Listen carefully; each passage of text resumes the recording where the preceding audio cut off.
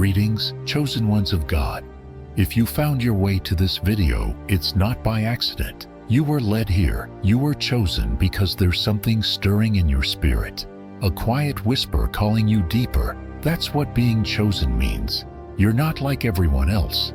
You feel things differently. You see the unseen, and you hunger for something more. This video will speak to that part of you. Don't rush past this moment. Watch till the end, because what we're about to explore could be the very shift your soul has been longing for without even knowing it. Let me begin with a simple but piercing question. Have you ever laid in bed at night, your heart racing your mind, circling around what-ifs and worst-case scenarios? Have you ever felt trapped in a loop of worry that keeps stealing your peace? That restless place is familiar to so many of us. Worry is the mind's reaction to a world it cannot control. And here's the hard truth I had to learn, and now pass on to you. Worry never fixes anything. It only drains your soul, but there is a better way, a higher way. Faith. Real, deep faith. Faith isn't just wishful thinking. It's not about hoping everything magically works out. Faith is about trust. It's the choice to say, I may not understand this situation, but I believe God does, and I believe He's good. That's the core of spiritual thought. That's where deep reflection begins. So I ask you now, what burden are you carrying that you were never meant to hold? What outcome are you trying to control that only God can carry? Keep watching, because today we'll look at how spiritual depth and unwavering faith can break you free from anxiety and reconnect you with peace. Now, before we dive fully in, I want to speak directly to your heart. This isn't just a video, it's an invitation to examine the way you think, the way you trust, and the way you surrender. If you've been carrying burdens alone, trying to fix what's beyond your reach, then stay with me. We're about to explore a shift in mindset that could bring you back to clarity and calm. If you're new here, go ahead and hit that subscribe button so you don't miss what's coming next. If this message resonates already, give it a like. It helps more people like you find this message. And if you're ready to walk this path with us, type 711 in the comments below. That's our sign. That's how we know you're here and you're ready. So take a breath, settle in, and let's begin your journey right now. Faith isn't something that simply shows up when life is peaceful. It doesn't float in on soft winds when all is well. Faith emerges when the winds rage, when nothing makes sense, and when your heart is pulled between fear and trust. It's not a passive trait you either have or don't. Faith is deliberate. It's a choice made in the heat of uncertainty, not in the comfort of clarity. Each morning, before your feet even hit the ground, you are already being asked, will you trust what you see, or will you trust the one who sees it all? The challenge most people face isn't about believing in the existence of God. It's about trusting His intentions when life turns sideways. Doubt creeps in when expectations go unmet. When plans fall apart, we question not only the process, but the very planner. But this is where spiritual growth truly begins. Faith in its purest form isn't built by certainty. It's carved out by confrontation. Confrontation with the unknown, with disappointment, and with ourselves. And it is in that confrontation that the soul begins to reach upward. The choice to believe despite confusion becomes an act of sacred defiance against fear. I've often said that faith is not a matter of feeling brave.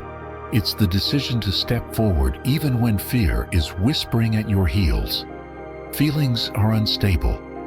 They rise and fall with circumstance. But faith anchors itself beyond the reach of emotion.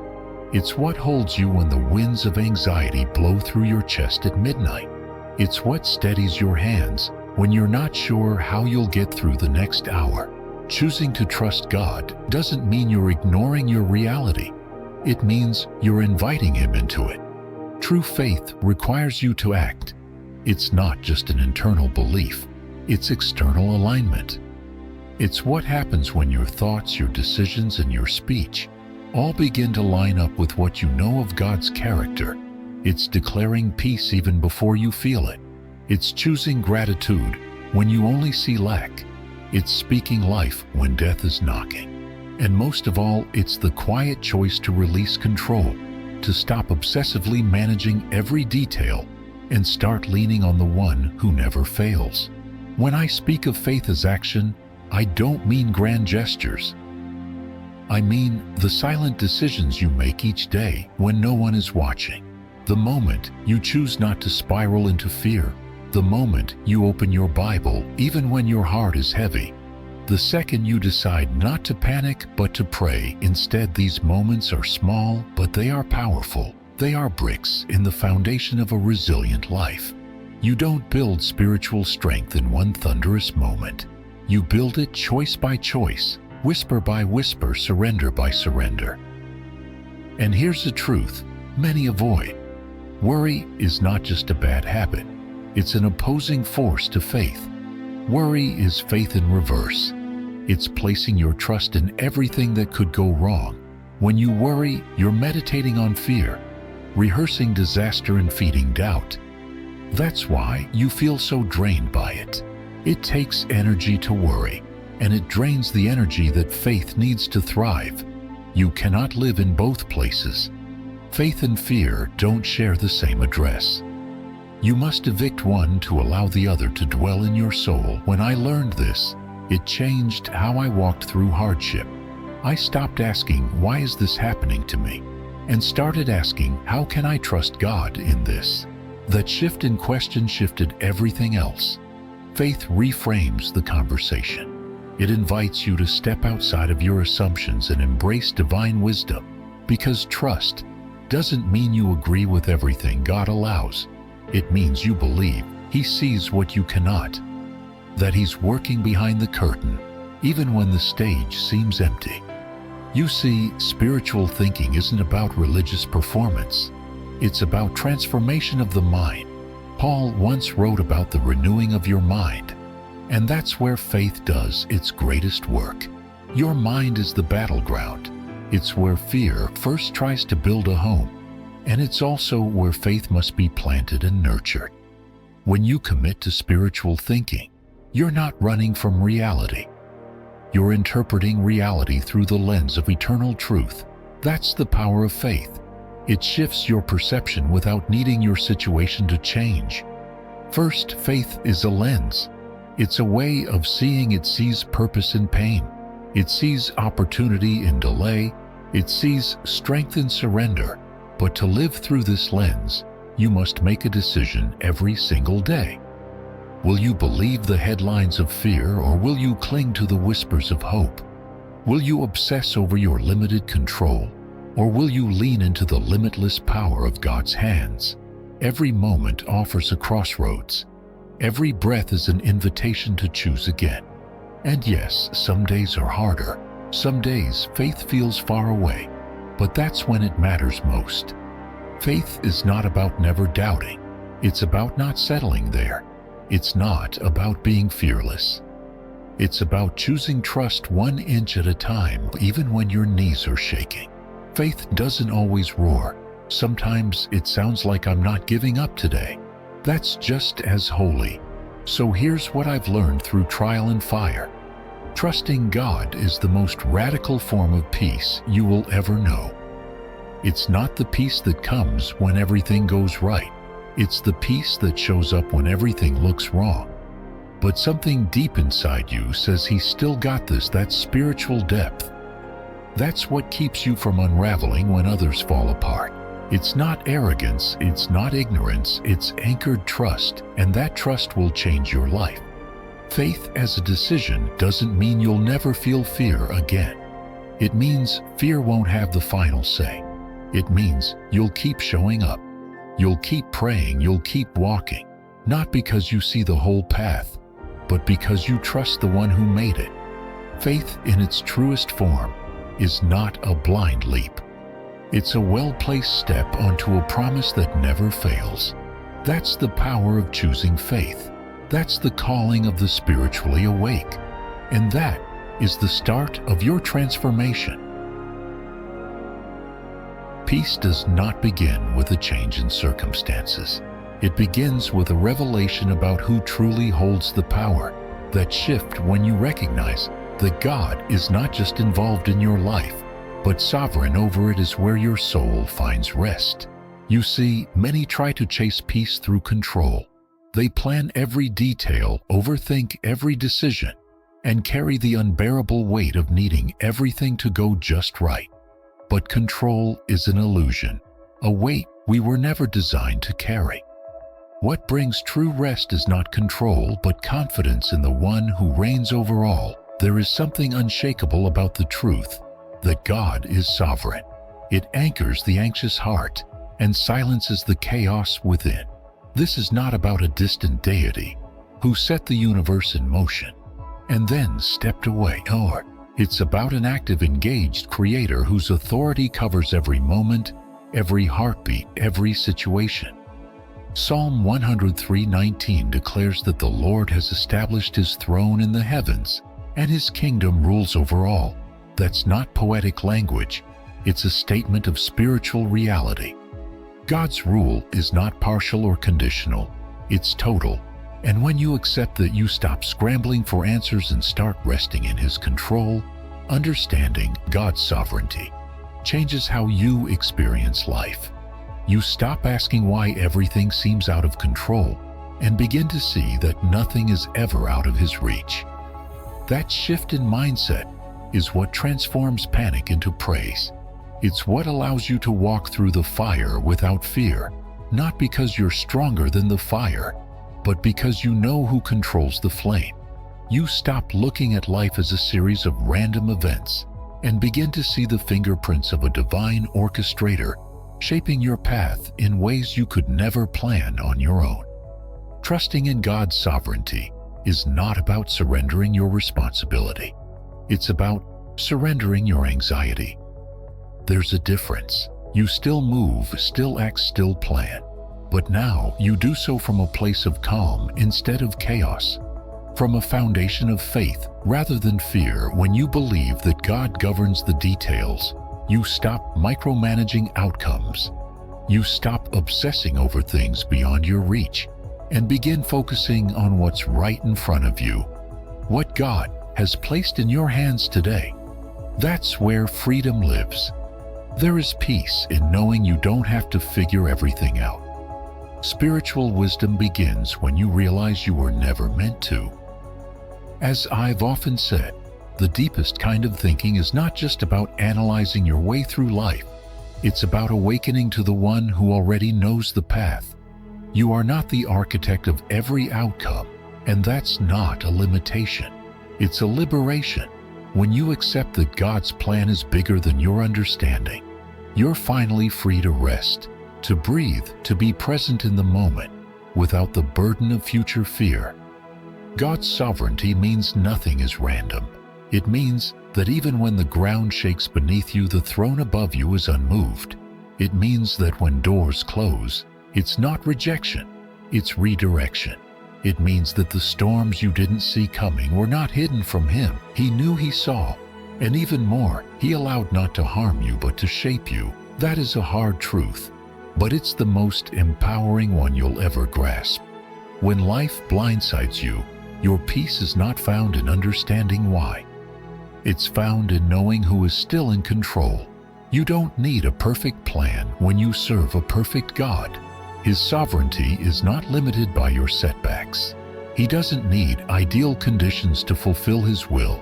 He brings beauty out of chaos and meaning out of pain. He weaves together your missteps, your delays, your detours, and still writes a story that glorifies him and blesses you. But here's the key. You won't see that story unfold until you surrender the pen. The longer you try to write every chapter yourself, the more anxious and exhausted you'll become. Peace begins the moment you hand the narrative over to the author who never fails. Too many people think that surrendering to God's control means letting go of ambition or vision. That's not the case.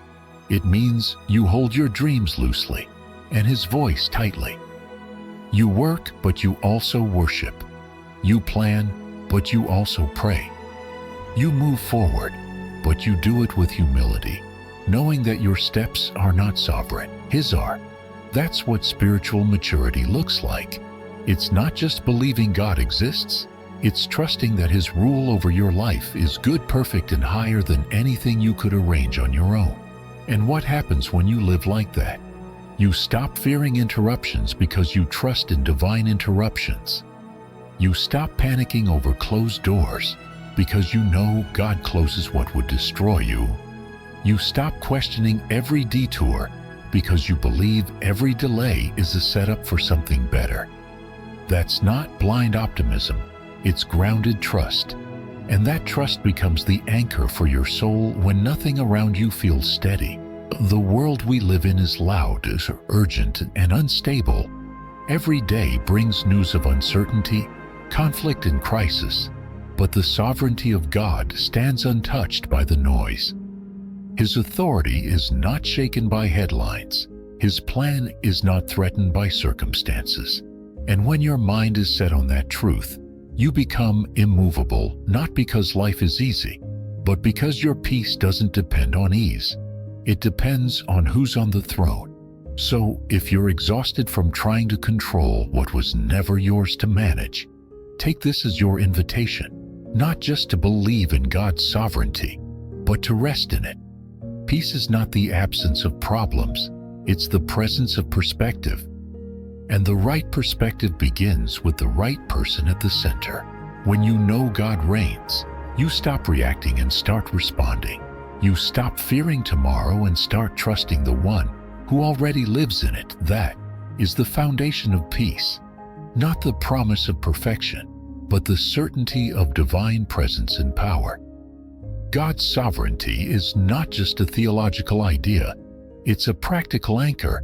It's what keeps you grounded when the world pulls you in every direction. And when you root yourself in that truth, you'll find that peace isn't something you chase, it's something you carry, because you finally know that no matter what happens around you, God is still in control, and that changes everything. Peace is not found in the absence of struggle. It is discovered in the presence of surrender, and there is no deeper form of surrender than prayer. Prayer is not a ritual for the religious, it is the lifeline of the soul. It's where your spirit breathes when life feels out of balance, when your mind becomes a storm of questions and fear. Prayer is the stillness that breaks through the noise. It is the act of acknowledging, I can't, but I know who can. That single shift changes everything. Because peace doesn't begin when circumstances calm down. Peace begins when you kneel down. Many search for peace through achievement, security, or control. But what they're really seeking is relief from the pressure to hold it all together. Prayer offers that relief not because it changes everything instantly, but because it changes you instantly. In prayer, you are reminded that you are not alone, not forgotten, not without direction. You are heard, you are seen. You are held by a power greater than your situation. That is why prayer is more than words. It is alignment. It is where your heart meets heaven, not to demand outcomes, but to receive assurance. There is a reason why Philippians 4:6-7 speaks so directly to the anxious mind. Do not be anxious about anything, it says, but in everything by prayer and petition with thanksgiving, present your requests to God. And the peace of God, which transcends all understanding, will guard your heart and mind in Christ Jesus. Notice, it doesn't say your problems will disappear. It says peace will guard you. That word guard is powerful. It means to stand watch, to protect. When you pray, something supernatural begins to happen. Peace becomes your shield, not because life is perfect, but because God's presence is real. In my own walk, I've come to see prayer as the bridge between fear and faith. Fear isolates. It builds walls around your thinking. It tells you that you must figure it out alone. But prayer tears those walls down. It opens your soul to receive divine wisdom and peace that logic alone could never deliver. And when I speak of peace beyond understanding, I mean that quite literally. It's the kind of calm that makes no sense to the world around you. It's being at ease in the middle of uncertainty. It's waking up with clarity even when the situation hasn't changed.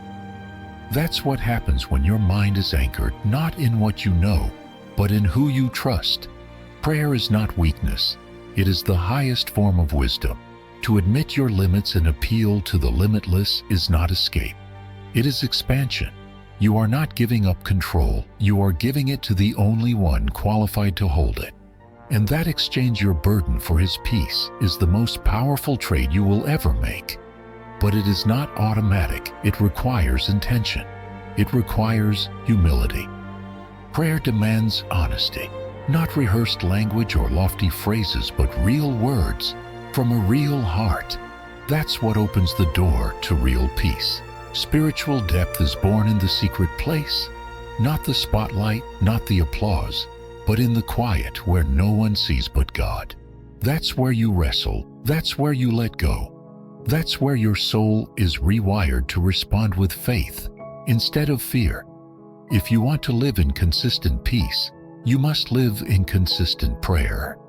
Not because prayer earns you favor, but because it keeps your heart positioned to receive it.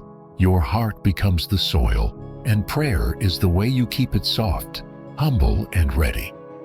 Some believe they must wait for peace before they pray, but it is the act of prayer that produces peace. It is not the absence of chaos that creates calm. It is the presence of God in the middle of it, and prayer is how you open the door. Even when your words are few, even when your faith feels small, prayer is enough. Because God is not looking for eloquence, He is looking for honesty. And when you pray with an open heart, you give heaven permission to move on your behalf.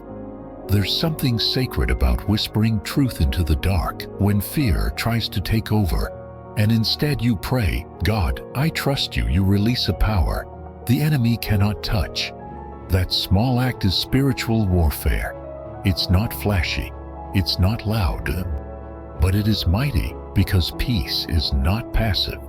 It is a force, and prayer activates it. When you choose to bring your anxiety into the presence of God, you remove its authority over your thoughts. You transfer the weight of it from your shoulders to His.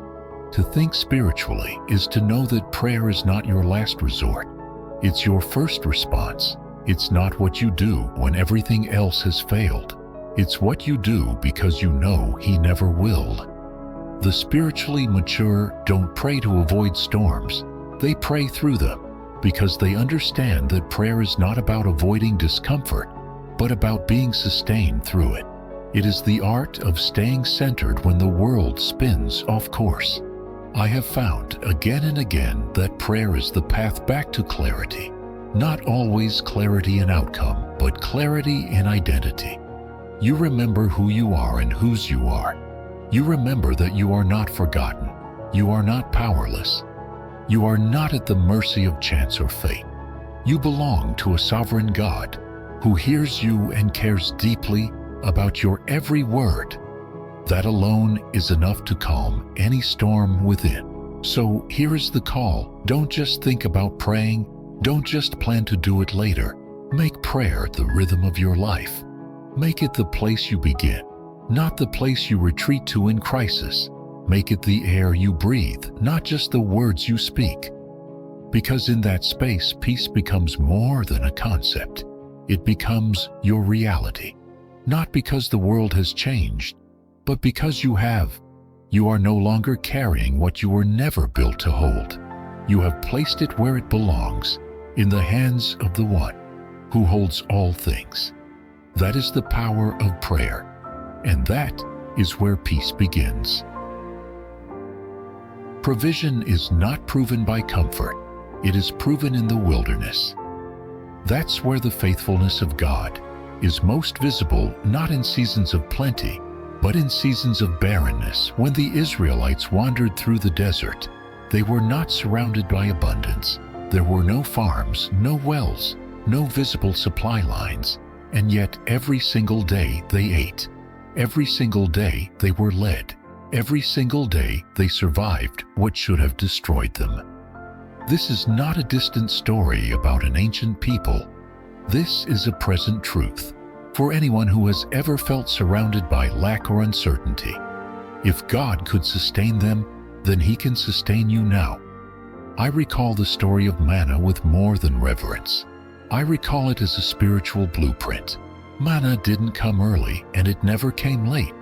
It arrived when it was needed, not before. God didn't allow them to store it up. He gave them just enough for the day, so they would keep coming back to Him. That's not lack, that's love. Because in the rhythm of daily dependence, God was teaching them something far more important than survival. He was teaching them trust.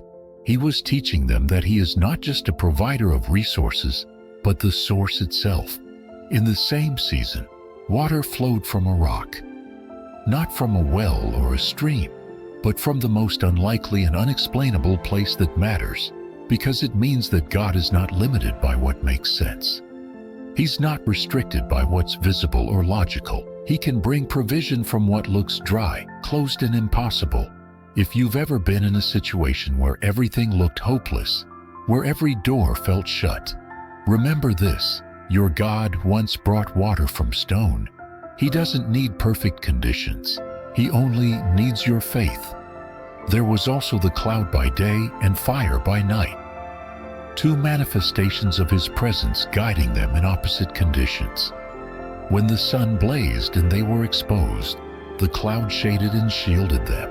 When the darkness fell and fear crept in, the fire gave warmth and direction. Again, it was daily. Again, it was personal. This wasn't generic care. This was intimate provision. This was God showing His people, I see you. I know your need. I will not leave you to wander without guidance. And that voice still speaks today. His ways of leading have not changed. These stories are not merely history. They are spiritual principles. They reveal the nature of God as a sustainer, not just in times of ease, but in the pressure of transition. The desert wasn't their destination. It was their in-between. And it is in the in-between spaces of life, between what was and what will be, that our faith is most tested. But it is also in those spaces that God reveals Himself most clearly. His provision isn't only about what He gives, it's about when and how He gives it. And often, it comes at the exact moment when we realize we can't make it on our own. I have learned that divine provision rarely shows up the way we expect. It rarely follows our schedule or logic, but it never fails. God is not in the business of spoiling us. He is in the business of shaping us. And through every moment of daily dependence, He teaches us that what we truly need is not just bread or direction, but Him. The Israelites didn't just need food and protection. They needed to be reminded day after day that their survival was not the result of their own effort, but of God's unfailing mercy. And that's where spiritual reflection becomes essential, because in the rush of modern life, we often miss what God is doing. We chalk up daily survival to luck, coincidence, or human effort. But when you slow down and pay attention, you begin to see the fingerprints of God all over your life. The job you didn't think you'd keep, the relationship that carried you through a dark season, the encouragement that arrived when you were about to give up all of it, bears the marks of supernatural timing and provision. Provision doesn't always look like abundance. Sometimes it looks like just enough to get through today. And that's enough, because peace doesn't come from having everything. It comes from trusting the one who holds everything. When God gave manna, He wasn't just feeding stomachs. He was building faith. When He gave water, He wasn't just quenching thirst. He was showing that He is limitless. When He guided by fire and cloud, He wasn't just leading a nation. He was revealing His nearness, and those same truths remain. You don't need to be in a wilderness to feel like you're wandering. Life itself can feel like a desert. Some days it seems like no clear path exists, no resources are visible, no relief is in sight. but that's the exact place where God delights to work. He meets us in scarcity with sufficiency. He meets us in confusion with clarity. And just like He did with the Israelites, He will lead you not all at once, but step by step, day by day. That's how He draws you close. That's how He builds a relationship of trust. If you look closely at your life, you'll see that you've already survived seasons you didn't think you would. You've already been carried through deserts that should have drained you. That wasn't luck. That was the same God who sent manna, who split seas, who sheltered under cloud and fire. And He hasn't changed. His provision isn't a past event. It's a present promise, and it continues quietly, faithfully, even when you don't see it. So, if you're wondering whether God will come through, look backward before you look forward. Remember the wilderness. Remember the daily bread. Remember the guidance in darkness, and believe that the same God who sustained an entire people through impossible circumstances is still writing provision into your story today. His resources are endless, His love is unwavering, and His presence, just like then, is still leading, still providing, still enough, always enough. Trust is not a milestone you reach and move past. It's a rhythm you choose to return to again and again. It's not a one-time decision sealed in a single moment of inspiration. Trust is daily. It is shaped in the quiet choices you make when no one is watching. And more than that, trust is a discipline, a spiritual habit, one that asks you with every new dawn, what will you believe today? In a world full of change, chaos, and confusion, the most powerful thing you can do is wake up and choose trust. Not because your circumstances are predictable, but because your God is unchanging. There's a dangerous myth that trust is an emotion, that you either feel it or you don't. But emotions are fragile. They shift with every storm and sway with every disappointment. Trust, however, is deeper than emotion. It is a practice, like prayer or praise. It must be nurtured. You don't just wake up one morning full of confidence and peace. You build that life, one small act of surrender at a time, and it doesn't always feel like a breakthrough. Sometimes trust looks like doing the next right thing while your hands are still trembling. Each day brings with it moments that test your beliefs, a conversation that triggers old fears, a delay you didn't see coming, an outcome you can't control. These aren't just random challenges. They are sacred opportunities, opportunities to either lean into anxiety or lean into God. And what you choose in those moments slowly forms the trajectory of your life, not all at once, but gradually, like water shaping stone. This is where the depth of your spiritual life is formed. Not in the mountaintop miracles, but in the valley routines where trust is chosen, without applause. I've come to see that trust is less about knowing where you're going and more about knowing who is guiding you. That changes everything. When the road ahead feels unclear, most people panic. They reach for control, try to solve problems with limited perspective, and end up even more anxious. But when your confidence is in the one who sees the full picture, you learn to walk, even when the path disappears beneath your feet. You don't have to know every step. When you trust the character of the one leading you, and still trust requires repetition. You can't store up yesterday's faith to handle today's challenges. Much like the manna in the wilderness, trust must be gathered daily. If you skip a day, you'll feel it. Your mind becomes noisy. Your reactions grow sharp. Your soul starts chasing control again. That's how you know it's time to return, to recenter, to remember who's really in charge. Spiritual strength is not shown in how perfectly you trust, but in how consistently you return to that place of surrender. There's also something beautifully ordinary about the way trust works. It's not reserved for the spiritual elite. It's not an experience found only in churches or on retreats. It's for the mother making decisions late at night. It's for the business owner navigating uncertainty. It's for the student trying to find direction. Trust is as much for the mundane as it is for the miraculous. Because God is just as present in the everyday moments as He is in the breakthrough. And when you train your heart to trust in the little things, you'll be prepared when the big tests come. Often, we wait for clarity before we move. We want assurance before obedience. But trust reverses that order. It says, I will move forward not because I know the outcome, but because I know God is with me. That posture doesn't remove fear, but it keeps fear from taking the lead. It gives you courage to act even when answers are incomplete. And over time, that courage becomes your normal, your instinct, your home. Not because life got easier, but because your mindset changed. You'll find that repeated trust slowly reshapes how you view difficulty. You stop interpreting hardship as punishment and start seeing it as preparation. You begin to recognize the fingerprints of God in delay, in detours, even in closed doors. That doesn't mean you stop feeling disappointment, but it does mean you're no longer ruled by it. Instead of spiraling, you pause. Instead of striving, you breathe.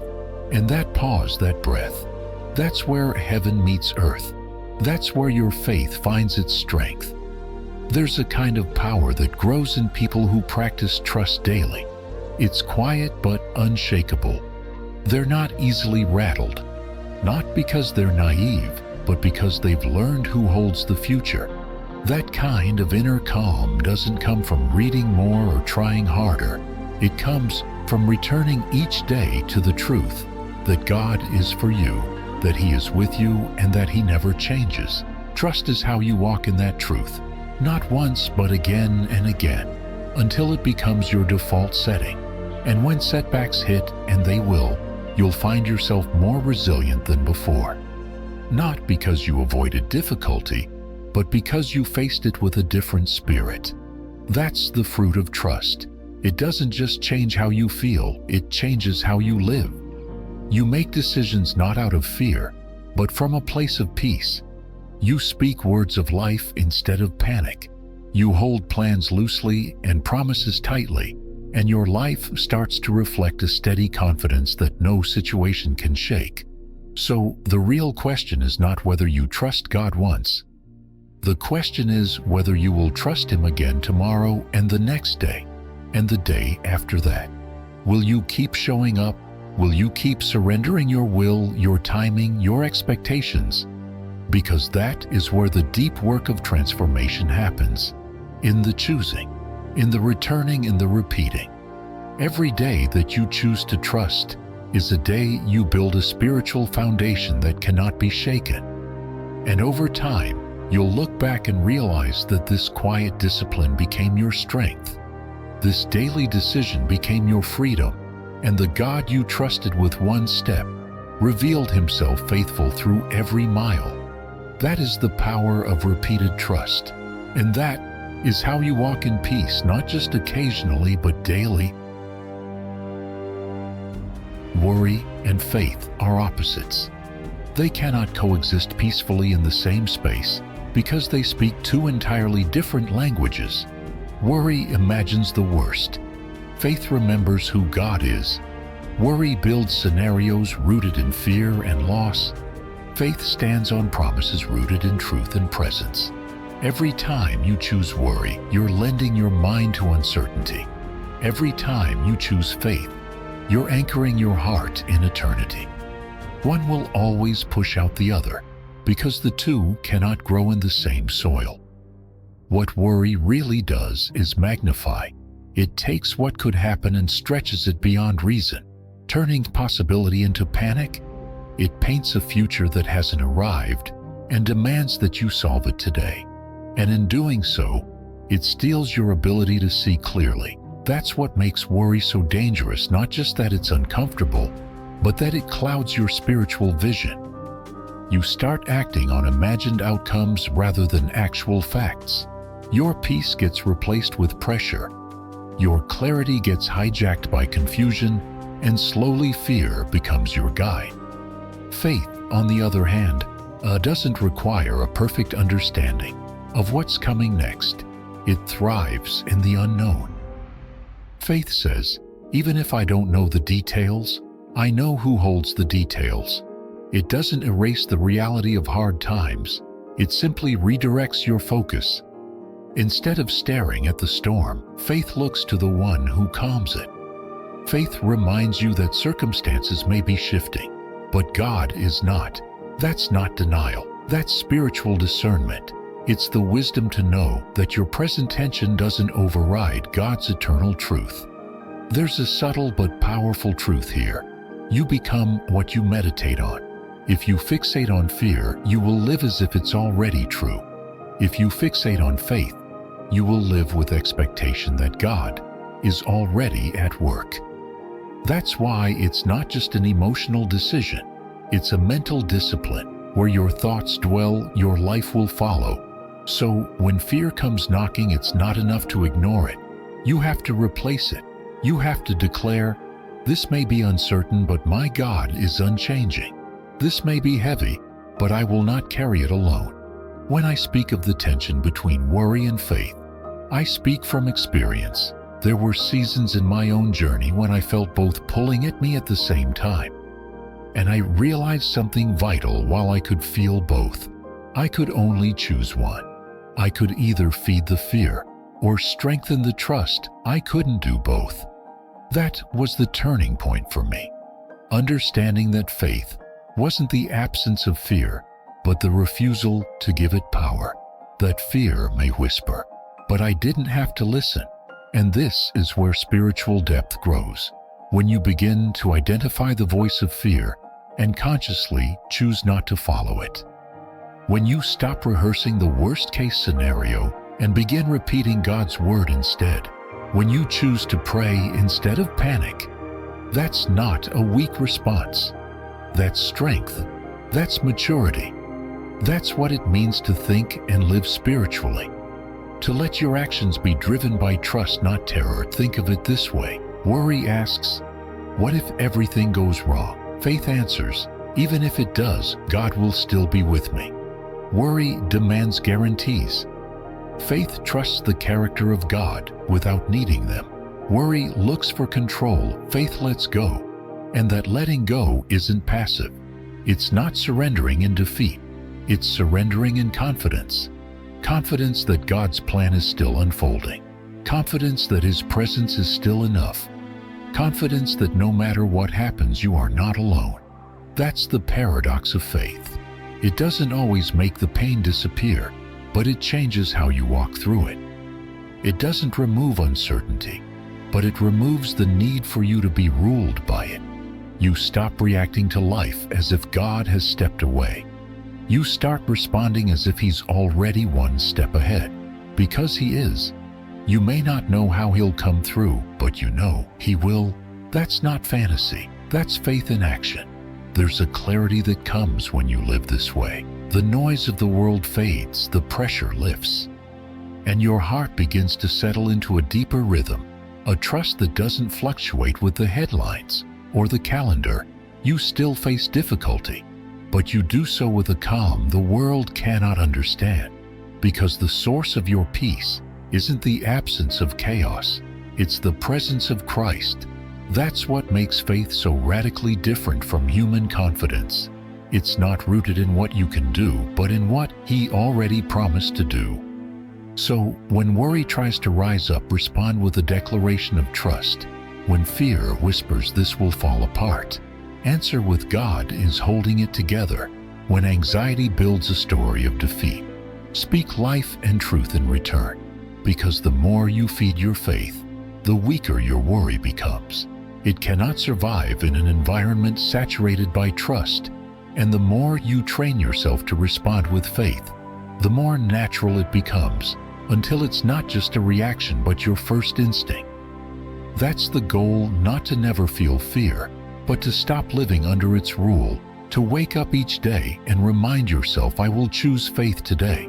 I will not give in to fear. I will not rehearse disaster. I will remember who my God is.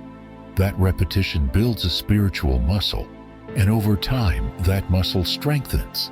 It holds you steady in stormy seasons. It lifts you when you start to sink. It becomes your anchor. And one day, you'll look back and realize that worry no longer has the same grip on your mind. Not because life got easier, but because your spirit got stronger. You'll see the situations that once paralyzed you now barely make you flinch, not because you stopped caring, but because you started believing. That's the transformation faith brings. And that is why worry and faith cannot share the same space.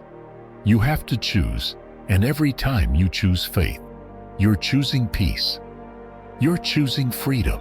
You're choosing to live from a higher place with a clearer heart and a stronger soul. Faith often begins where clarity ends, and there is no clearer example of this than the life of Abraham. He was called to leave everything familiar, his home, his land, his security, and walk toward a destination he couldn't even name. No roadmap, no timelines, no guarantees. Just a voice from heaven and a promise that required a response. Abraham's story is not about heroic certainty.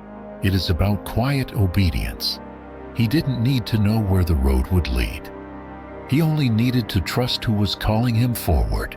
That is the essence of spiritual maturity, not having all the answers, but having a heart that says yes.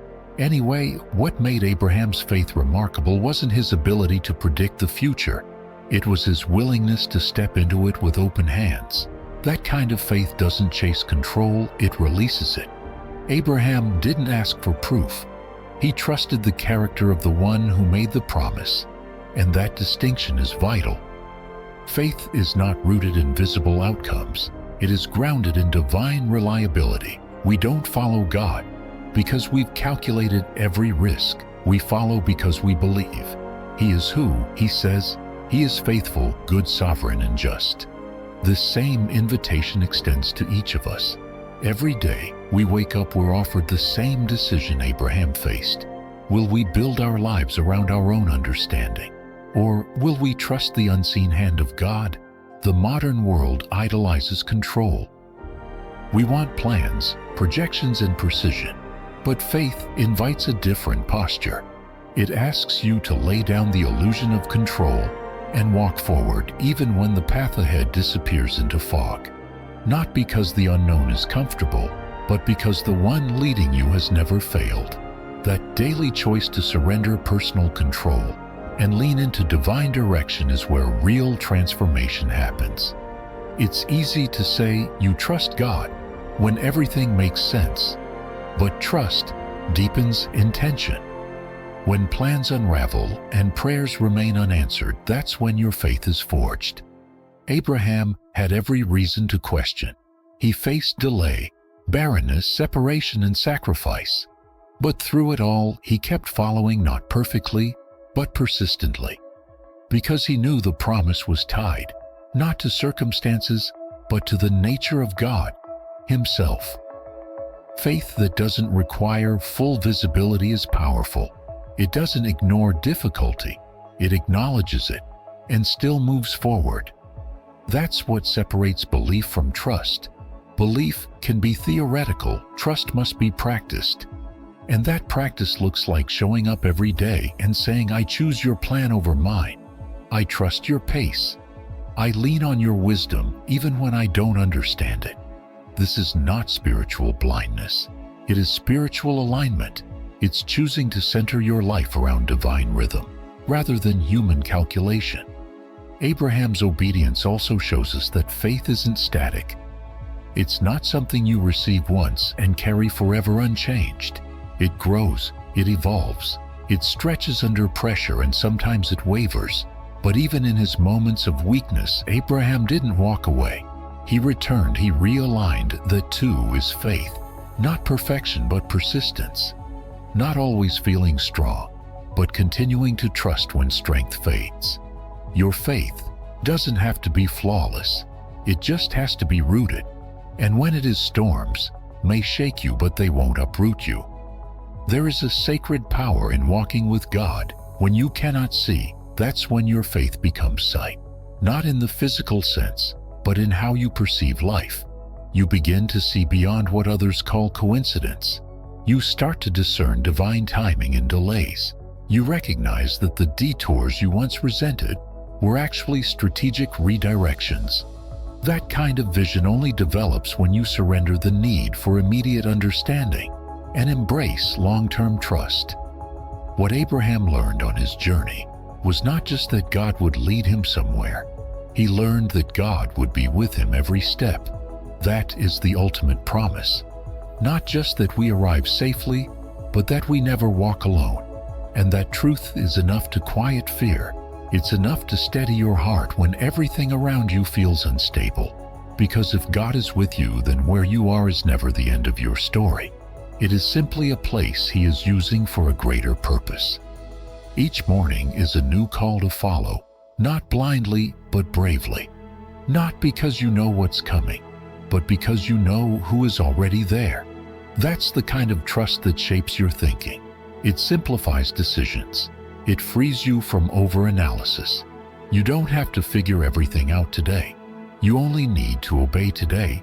The next step, the next door, the next answer, those belong to God. Your job is to keep walking in His direction, even if the path feels unfamiliar. So, as you think about Abraham's story, don't see it as a far-off tale of ancient obedience. See it as a mirror, a model, a reminder. God still calls people out of the familiar. He still leads through uncertainty. And He still honors the faith of those who say yes when the details are unclear. You don't need the full picture to take the first step. You just need to trust the voice that calls you forward. That is where spiritual clarity comes from. Not in having all the answers, but in trusting the one who does. Abraham didn't know the destination, but he knew the promise, and that was enough. You don't need more clarity. You need deeper confidence, not in yourself, but in the God who sees the end from the beginning and never asks you to walk alone. When you live from that place, you stop chasing certainty and start walking in peace. That's what it means to follow by faith. That's what it means to live aligned with heaven, and that is the life God invites you into step by step, day by day, just like Abraham. The sovereignty of God is not a distant doctrine. It is the anchor for every storm and the steadying truth beneath our most fragile days. When people hear the word sovereignty, they often imagine a high and far-off throne. Majestic, yes, but disconnected. But true sovereignty is not remote. It is personal, it is detailed, it is active in every breath of our existence. Psalm 103 verse 19 declares that the Lord has established His throne in the heavens, and His kingdom rules over all. That is not abstract theology, that is immediate assurance. Nothing you are facing today exists outside of His rule. When I speak of God's control, I don't mean that He orchestrates life like a puppeteer void of our will or experience. I mean that His purposes are not threatened by the brokenness of this world. His plans are not undone by chaos, and His attention does not overlook the intricacies of your pain. The sovereignty of God means that while you may be surprised by your circumstances, He never is. What caught you off guard has already been accounted for in His greater plan. He doesn't react to the world, He reigns over it. This truth reshapes how we approach uncertainty. The reason so many live in panic is not because life is difficult, it's because they believe they're alone in it. But if God truly rules over all, then nothing you walk through is wasted. No loss is meaningless. No detour is without direction. This is not a promise of comfort, but a promise of presence, and there is deep rest in knowing that your life is not random. It is watched, it is guided, and it is held by hands that never let go. This is where real peace lives, not in knowing the outcome, but in knowing the one who holds it. We don't find peace by escaping trouble. We find peace by being anchored in a truth deeper than trouble. God's sovereignty doesn't promise you an easy path, but it guarantees that your steps are never unaccounted for. You may stumble, but you won't be lost. You may wait longer than you want, but you will not be forgotten. Every chapter of your story is known.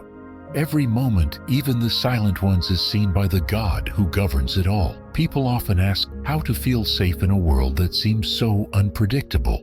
The answer is not found in controlling more or knowing more.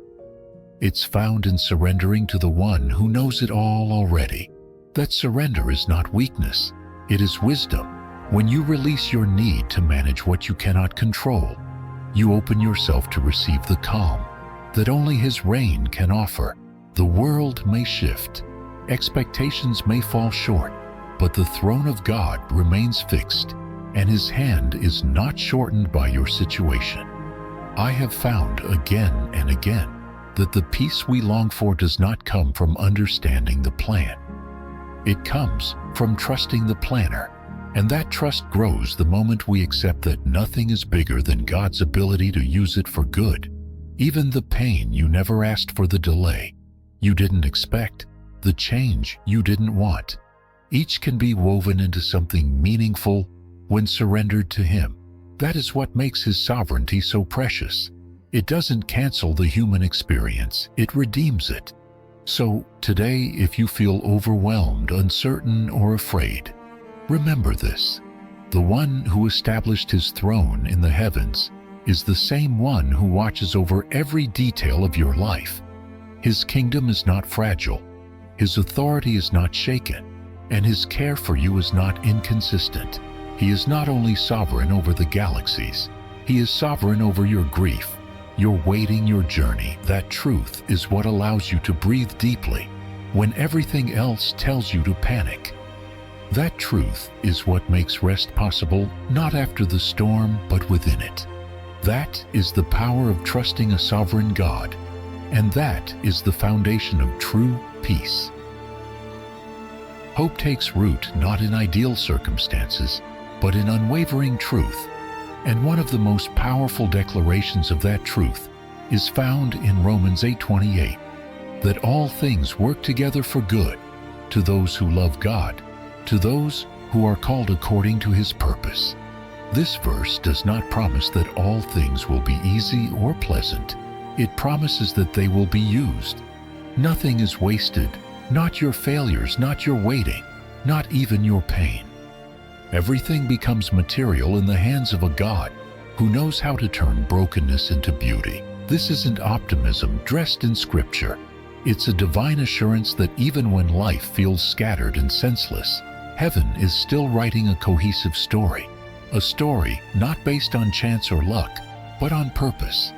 When you walk through disappointment or loss, it's easy to believe your journey has been derailed. But what if the very detours you resent are the ones that lead you into God's greatest work in your life? That is the mystery and mercy of Romans 8:28. It reframes the setbacks not as endings, but as ingredients in a redemptive process. I have found that spiritual maturity means learning to view life through the lens of this promise. It means trusting that God isn't just present in the highlight reels of your life. He is present in the confusion, in the silence, in the questions that keep you awake at night. God doesn't need ideal conditions to fulfill His promises. He works through the storm, not around it. The delays are not detours. They are divine setups for something deeper, something eternal. And even when you cannot see the conclusion, you can trust that He is still crafting the narrative with your good in mind. This is what makes faith more than an idea. It makes it a lifeline. When nothing adds up and your logic breaks down, faith holds the tension by holding on to the character of God. Romans 8:28 is not a call to deny pain. It is a call to place that pain in context. It reminds you that your story is not finished, and that God's pen has not lifted from the page. The ending may be out of sight, but it is never out of His control. That knowledge steadies you.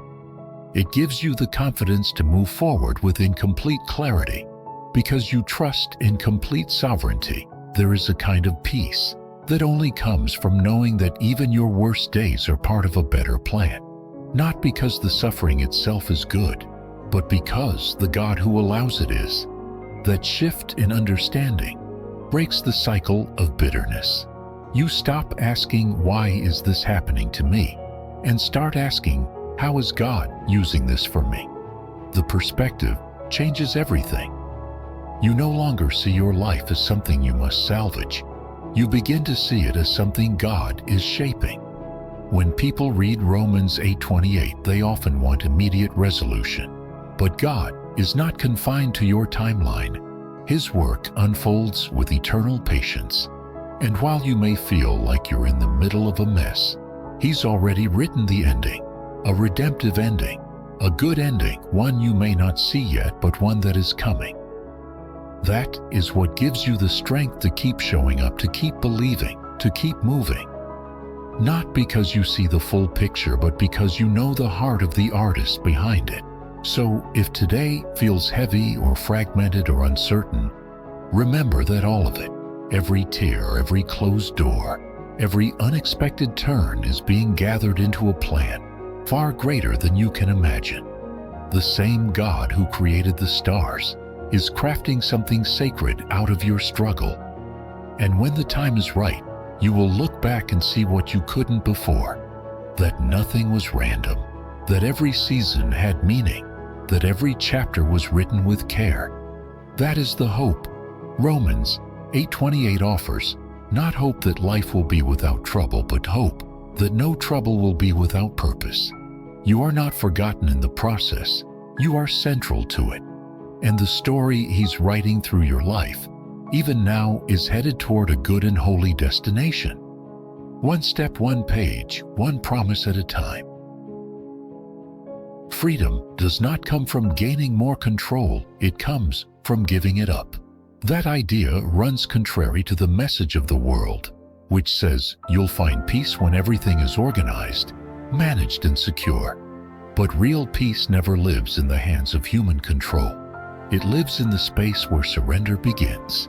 The more we fight to direct every outcome, the more we carry the unbearable burden of responsibility that was never meant to be ours. Faith steps in not to strip us of our agency, but to relieve us of the exhaustion that comes from trying to be God in our own lives. What I've discovered is that control feels safe until it doesn't. It gives us the illusion of certainty, but that illusion eventually shatters. No matter how tightly you plan, life will interrupt. No matter how detailed your schedule, the unexpected still shows up. And every time it does, your soul gets stretched between two choices: strive harder or surrender deeper. The first keeps you on edge, constantly recalculating your next move. The second invites you into a rhythm of rest, not because everything is fixed, but because you finally placed it in better hands. There's a kind of freedom that only comes when you stop trying to force the outcome. Surrender is not weakness, it's strength under alignment. When you lay down the compulsion to manage everything, you create space for God to move in ways you couldn't imagine. You give Him room to be God, not because He needs permission, but because you finally step aside from blocking the flow of grace. You stop clinging to what you can't control and start trusting the One who already knows what you need. This act of letting go is not a one-time event. It's a spiritual discipline. Every day you're presented with situations. You can't fix people. You can't change timelines. You can't accelerate outcomes. You can't predict. And every time you have the choice to either tighten your grip or open your hands. The more you loosen your hold, the more you'll realize that surrender isn't passive. It's active trust. It's faith in motion. It's declaring through your behavior that you believe God's plan is not only real, but better than your own. There's something liberating about admitting you don't have all the answers. It takes the pressure off your shoulders. It gives your heart permission to breathe, and it puts the weight of results where it belongs, in the hands of a sovereign God. You'll never experience the full depth of spiritual freedom until you stop trying to architect every corner of your life. God doesn't call you to be the builder of your destiny. He calls you to be obedient with today and trust Him with tomorrow. That shift is everything. It allows you to engage life with peace, not panic. You begin to see delay not as denial, but as divine preparation. You view closed doors, not as punishment, but as protection. You understand that control was never the goal, dependence was. And that's where true faith matures, not in the certainty of results, but in the daily decision to release them. Faith that holds tightly to outcomes is still tied to fear, but faith that lets go is rooted in love. You stop needing everything to go your way because you start believing God's way is ultimately for your good. Even if it looks different, even if it feels unfamiliar, that kind of trust transforms your inner world. You don't wake up anxious. You don't obsess over details. You simply walk knowing that the one leading you is not just capable, but kind. So many live imprisoned by the need to have everything figured out. Their peace depends on how well life cooperates with their plan. But the invitation of faith is to live another way, to experience a peace that is not tied to the outcome, but anchored in the presence of God. You don't have to have it all together. You just have to hand it all over. That's not failure, that's freedom. That's where grace meets you, that's where rest begins. So, if you find yourself worn thin by the pressure to manage what feels unmanageable, stop and ask yourself this: what am I carrying that God has already promised to take? What outcome am I holding on to that's keeping me from experiencing the calm of surrender? When you dare to release control, you're not losing power. You're regaining perspective. You're returning to the truth that God is God and you are not. And in that truth, there is a freedom nothing else can offer, not certainty, not strategy, only surrender, only faith, and the beautiful life that grows from it. Perspective shifts everything, especially when it comes to how we experience pain. What often feels like delay, injustice, or even abandonment can in God's hands become part of a much greater design. One of the clearest examples of this truth is found in the life of Joseph, betrayed by his brothers, sold into slavery, falsely accused, and thrown into prison. Joseph's story is marked by suffering, yet beneath each setback was the invisible thread of divine orchestration. What looked like a series of tragedies was actually the unfolding of a plan that would one day save a nation. Joseph didn't know what was coming when he sat in that cell. He didn't have a vision board of dreams fulfilled or a journal full of resolved prayers. What he had was trust that God had not forgotten him, even in the silence. That trust gave him the ability to remain faithful in the present without being consumed by anxiety about the future. He couldn't see the full picture, but he believed in the one who could. That kind of faith is not naive. It is grounded in a deeper understanding that God's plans are never limited by our current perspective. What Joseph's life teaches us is this: God is always working on multiple layers. While we see only one chapter, He sees the full narrative. Our minds are wired to seek resolution, clarity, and progress. But God is not in a rush. He is committed not just to the outcome, but to the transformation that happens along the way. And often it's in the places we want to escape the most, where He is shaping us the most. The pit, the prison, the waiting room. These are not interruptions to the plan. They are part of it. This understanding invites us to loosen our grip on the fear of what might come. Fear thrives on the unknown. It projects worst-case scenarios, magnifies uncertainty, and convinces us that if we're not in control, everything will fall apart. But faith answers differently. Faith said that even in confusion, God is still constructing something purposeful. Even when nothing looks familiar, you are not lost. When you live with that kind of spiritual awareness, you stop trying to rush the process and start asking, what is God doing here right now? There's a freedom that comes when you stop needing to predict or protect your future and start learning to live fully in your present. This doesn't mean ignoring responsibility or dismissing goals. It means living with a posture of openness, ready to be led, willing to be molded, trusting that every detail is being used. Joseph didn't stop interpreting dreams in prison. He didn't stop serving with excellence even when invisible. He continued to act in alignment with God's character, knowing that faithfulness in small places prepares you for influence in greater ones. So many people miss the voice of God in their lives because they've defined His presence by their comfort. But God doesn't prove His love by removing hardship. He proves it by redeeming every moment of it. Your disappointments may look like detours, but they can become the very doors to destiny. When Joseph finally stood before Pharaoh and was elevated to power, it wasn't random. It was the precise moment when all of his pain came into purpose. And even then, the goal wasn't just elevation. It was preservation. God used Joseph not for Joseph's sake alone, but for the saving of many. This is the heart of divine perspective. It's never only about you. It's always bigger than you. When you trust God's plan, you don't just find comfort, you find calling. You begin to understand that your story is part of something more intricate, more eternal, that gives weight to your trials. It doesn't glorify suffering, but it refuses to waste it. And when that truth sinks in, fear about the future loses its grip. You realize you don't need to know what's next when you belong to the one who does.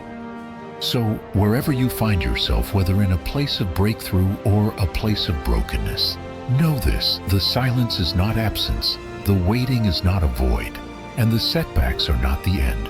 They are spaces where faith is forged and perspective is purified. The same God who lifted Joseph from the prison to the palace is still working behind the scenes in your life. You may not understand how, but you don't need to. You only need to trust that He does. And when you do, you'll find that peace isn't tied to answers. It's tied to presence. To walk by faith is to walk freely, unburdened by the pressure to predict, and anchored in the confidence that God's plan always reaches its destination. Perfection is not the foundation of faith, trust is.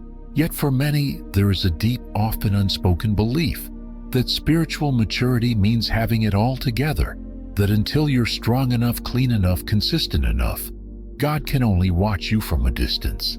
But that idea doesn't reflect the heart of God. It reflects the burden of performance we place on ourselves. If perfection were the standard for God's involvement, no one would ever qualify. What He asks for is not flawlessness, but surrender. Not an impeccable track record, but a willing heart. Trusting God in your imperfection means embracing the truth that He already sees every part of you, your strengths, your scars, your missteps, and chooses to walk with you anyway. It means believing that He is not waiting for you to improve before He uses you. He is working in and through you right now in the midst of your process. That is the essence of grace. God meeting us in the middle of the mess, not on the other side of it. If you wait to feel worthy before you surrender, you'll never move. But if you trust His mercy more than your own ability, you'll find freedom to step forward. Failure is not the opposite of faith. It's often the very ground where faith grows deepest. When everything falls apart, when you stumble, when your expectations collapse, that is where God begins to reveal the strength of His character. He doesn't waste broken moments. He repurposes them. He doesn't shame your weakness. He shapes it. And every time you return to Him with your lack, your regret, your disappointment, you are exercising a deeper kind of trust, the kind that says, I believe you can work with this, even this. This kind of trust is countercultural. We live in a world obsessed with image and achievement. Mistakes are magnified. Inconsistency is criticized. But God looks at the heart. He's not grading your journey based on flawless execution. He's looking for real devotion, the kind that keeps showing up even when things feel messy, the kind that chooses faithfulness over perfectionism. That's what allows you to move forward when others would freeze in shame. That's what makes your faith powerful, not its polish, but its persistence. Spiritual growth happens when you stop asking, "Am I good enough?" and start asking, "Is God big enough to use me as I am?" The answer to that is always yes, because the strength of your faith has never been about your perfection. It has always been about His sufficiency, His ability to bring beauty from brokenness, His consistency to carry you when you can't carry yourself. He doesn't call the qualified, He qualifies the called. And most often He begins that process not in moments of triumph, but in the hidden places of your struggle. There's a sacredness in knowing your limitations and trusting God anyway. That is where authentic relationship is built. It's where you learn to depend on Him, not just for salvation but for strength in the daily. And the more you practice this kind of trust, the more your view of God begins to shift. You stop seeing Him as a distant evaluator and begin to recognize Him as a present companion. You stop striving for approval and start abiding in love. This is not a license to live without effort, but an invitation to live without fear. Fear of falling short, fear of never being enough, fear of disqualifying yourself. When you walk with God through your imperfections, you start to see how He uses even your shortcomings to refine you, to build humility, to deepen your compassion. You become less focused on pretending to be strong and more committed to staying close to the One who is. So, if you feel inadequate, remember this: God is not surprised by your imperfection. He anticipated it, and still He called you. Still He loves you, still He plans to work through you. The goal is not flawlessness. The goal is faithfulness.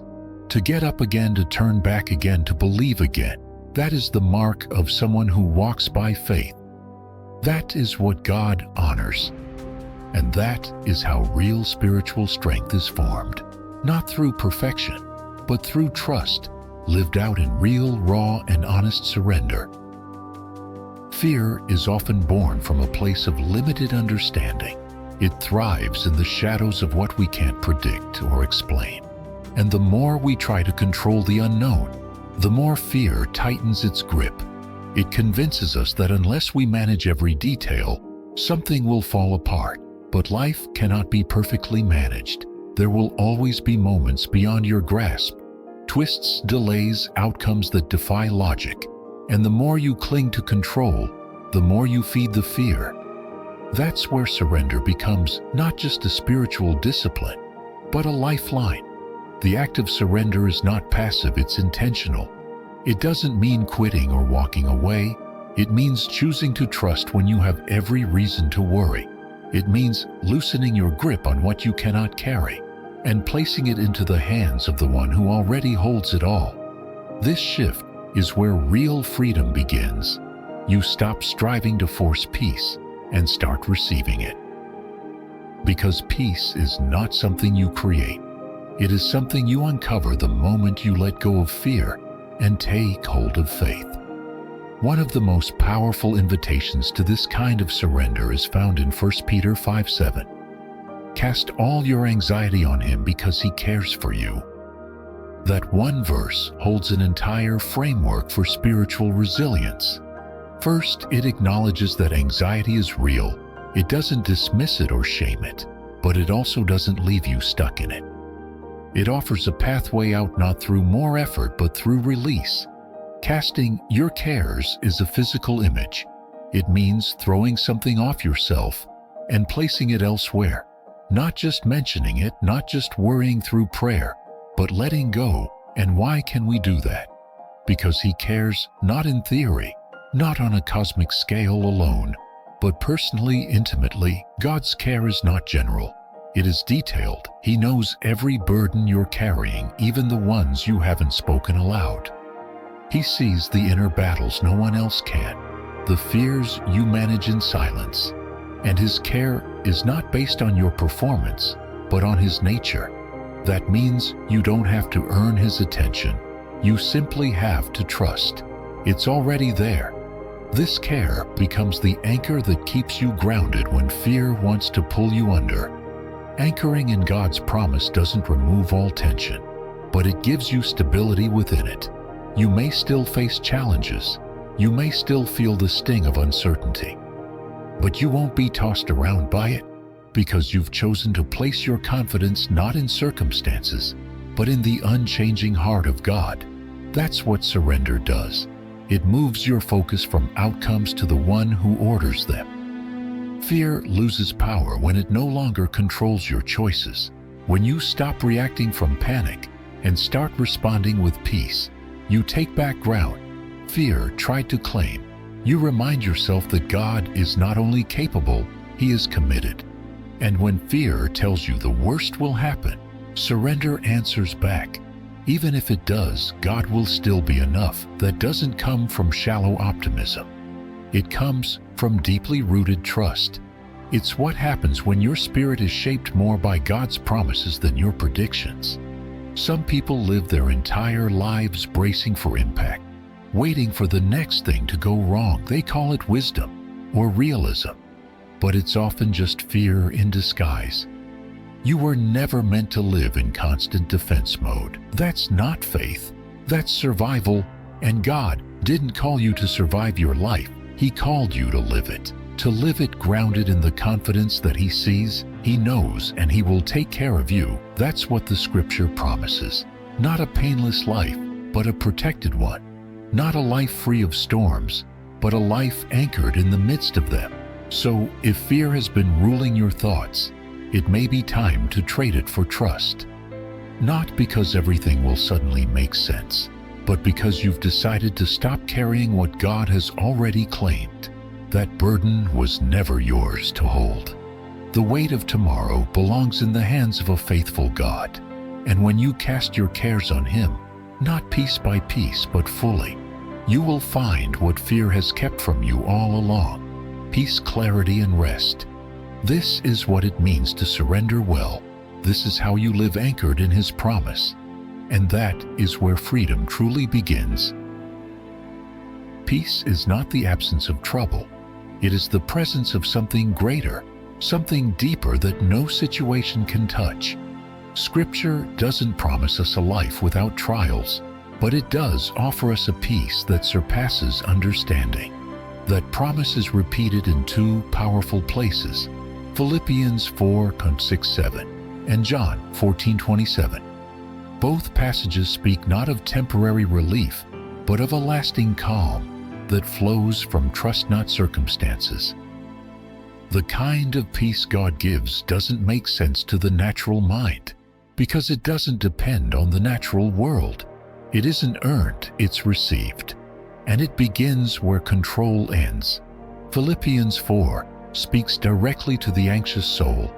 It tells us not to be anxious about anything, but to present everything to God.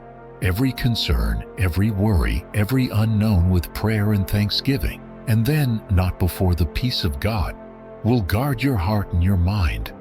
The word guard isn't metaphorical. It paints a picture of a divine defense, an invisible shield that protects your thoughts from spiraling and your heart from hardening.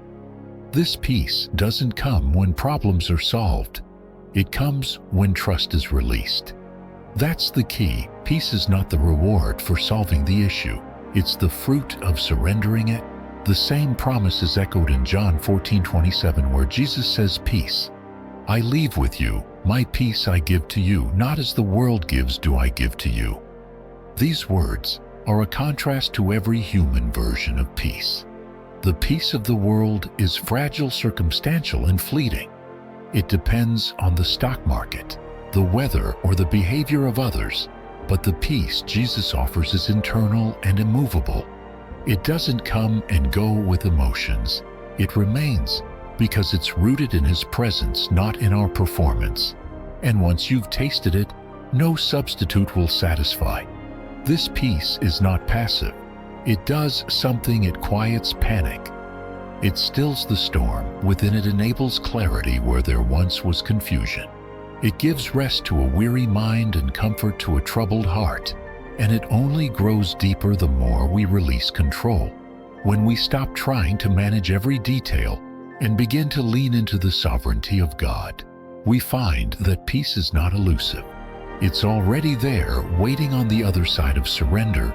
The choice to trust becomes the doorway to rest.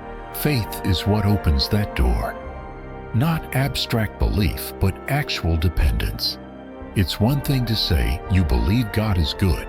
It's another to release your worries into His hands and stop rehearsing your fears. That's the pivot. That's when faith matures into experience. Because as long as you hold your life tight-fisted, you remain responsible for holding it all together. But when you finally let go, when you say, God, I trust you with what I cannot control, you feel the weight begin to lift. And in that lifting, peace flows in. I've learned that peace is not found in a perfect plan, but in a person. When you walk closely with Christ, peace doesn't have to be summoned, it surrounds you. Not because everything is simple, but because He is near. That's why Paul said the peace of God will guard your heart and your mind in Christ Jesus. That phrase is specific. It means peace is both emotional and intellectual. It protects your feelings and your reasoning. It becomes a filter through which you interpret life. And once it settles in, you begin to think differently, respond differently, live differently. What many miss is that this peace is not a one-time experience. It's a rhythm, a continual returning to the source. Life will keep trying to pull you back into anxiety, but peace will keep calling you back into trust. And the more you respond to that call, the stronger your peace becomes. Not because your world becomes easier, but because your spirit becomes quieter, stronger rooted. You begin to understand that peace isn't something God sprinkles on you when things get hard. It's something He grows in you when you stay close to Him. So, if your heart has been restless, if your thoughts have been racing, the answer is not more answers. It's more presence, more surrender, more trust. The peace that surpasses understanding is not a mystery for the chosen few. It's a gift offered to anyone who's willing to trade worry for worship. You don't need to earn it. You just need to receive it. And when you do, you'll discover that true peace isn't fragile. It's powerful. It doesn't flee in hardship. It stands firm in the face of it. This is the reward of faith. Not just heaven later, but peace now. Not just salvation after this life, but calm within this one. When you trust God fully, you stop needing everything to make sense. You stop chasing the illusion of control, and you begin to walk in the kind of peace that guards your heart, steadies your mind, and anchors your soul no matter what comes. That is the peace Christ offers. That is the promise faith unlocks. And that is the gift waiting for you when you finally say, I surrender. You are stronger than you realize. You've walked through storms, carried burden, and stood at the edge of uncertainty. And yet, you're still here. That's not weakness. That's resilience. That's evidence of grace. And it's proof that God is not finished with your story, as you've heard throughout this message. True peace and freedom don't come from perfection or control. They come from trust. Daily, surrendered, courageous trust in a God who knows your future and cares deeply about your present. So, I want to encourage you, keep walking by faith. Keep choosing hope. Keep saying yes to the journey, even when it doesn't make sense. You were not created to live small, anxious, or afraid. You were made to walk boldly, to live fully, and to overcome. This is your time to rise. Don't let fear write your next chapter. Anchor yourself in the truth we've explored together. Your faith will carry you further than fear ever could. Keep pressing forward, because the finish line belongs to those who refuse to quit. And if you're still breathing, God is still building. Victory is not a matter of if, but when. You're not just surviving, you're stepping into your divine purpose, Father. I come to you with gratitude for every soul that found their way here today. You are the one who sees beyond screens and distance. You see the heart. You know what each person is carrying. You know the quiet tears, the hidden doubts, the burdens that have no name. And yet, in your mercy, you've drawn them to this very moment, not to shame them, not to overwhelm them, but to awaken them. You are not a God of coincidence. You are a God of intentional calling. So I ask now for the one listening that you would break every chain of fear still clinging to their thoughts. Release them from the need to control what only you can hold. Teach them that trust is not weakness, it is wisdom. Show them that they do not need to have it all figured out because you already do. Lord, fill them with the peace that surpasses understanding. Guard their minds, settle their hearts, silence the noise of insecurity and the weight of unmet expectations. For the weary soul, renew their strength. For the doubting mind, give clarity. For the one stuck between hope and despair, remind them that their story is not over. You are the God who finishes what you start. And I ask now that you would begin something new in them, a fresh stirring, a holy assignment, not based on their ability but on your authority. Father, I pray you would reveal their next step. Open the door they're meant to walk through, close the ones you've not ordained, align their decisions with your purpose. Give them the courage to follow even when the path looks unclear. Let them know that following you is not about being perfect. It's about being present, being willing, being open. Awaken spiritual eyes. Let them see not just the battles around them, but the angels fighting for them. Let them hear not just the noise of the world, but the whisper of your spirit. Let them believe that they are not forgotten, overlooked, or disqualified. You've called them chosen, called them capable, called them yours, and no one can reverse that calling. Now, Lord, I ask this with faith. Assign them their next mission. Appoint them to the next place, the next person, the next moment of purpose. Bring divine interruption. Bring holy confirmation. And even if they feel unready, remind them that your strength is made perfect in weakness, that your grace fills the gaps. They cannot wrap them in peace, saturate them in clarity, and guide them step by step into the story you've written for them since before the beginning of time. May they walk out of this moment lighter, bolder, and more certain of your presence than ever before. Let your will be done in their life. Not someday, not when they feel enough, but starting now. This is their next chapter. This is their divine assignment. And with you, they are ready in Jesus' name. Amen. If today's message stirred something in you, if it gave you hope or helped you breathe deeper, then don't let it end here. Click the like button. It helps us reach more people who are hungry for truth, just like you. And if you haven't yet hit that subscribe button, this isn't just a channel, it's a movement, a space for people who want to grow in faith, discover their purpose, and experience the real presence of God in everyday life. But it's more than just watching. We want to hear from you. Scroll down and leave a comment. Just type 727 to let us know you're part of this community. That simple act connects you with others on the same journey. It's a symbol of spiritual alignment, of saying, I'm here, I'm ready, I'm walking in faith. And don't forget to share this video with someone who needs encouragement today. You never know how one message can shift an entire life. Join us not just for content but for connection. Together, we're learning how to think spiritually, live purposefully, and walk faithfully. Welcome to the journey, welcome to a deeper kind of life. And we'll see you in the next message.